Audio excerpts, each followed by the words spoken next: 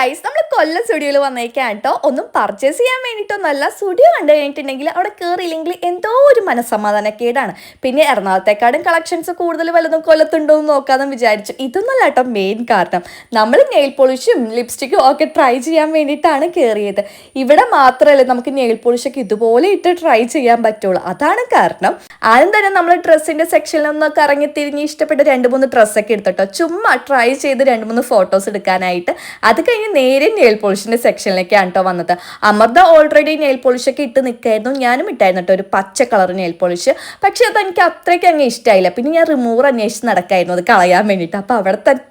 തന്നെ ഒരു സ്റ്റാഫ് നിന്ന് നെയിൽ പോളിഷ് ഇടുന്നുണ്ടായിരുന്നു ആ ചേച്ചി പറഞ്ഞ് അവിടെ റിമൂവറും കോട്ടനും ഒക്കെ വെച്ചിട്ടുണ്ടെന്ന് പിന്നെ നേരെ പോയി ആ റിമൂവർ എടുത്ത് അത് കളഞ്ഞിട്ട് വേറെ ഓരോരോ നെയിൽ പോളിഷായിട്ട് ഞാൻ ട്രൈ ചെയ്തുകൊണ്ടിരിക്കുകയായിരുന്നു കേട്ടോ ആ ഒരു ഗ്യാപ്പിൽ ശ്രുതി പോയിട്ട് കുറച്ച് ബ്ലഷൊക്കെ ഇട്ട് കളൊക്കെ ചൊമ്പിച്ച് വന്നിട്ടുണ്ടായിരുന്നു പിന്നെ പറഞ്ഞു നമുക്ക് എല്ലാവർക്കും സെയിം കളറ് നെയിൽ പോളിഷൊക്കെ ഇട്ട്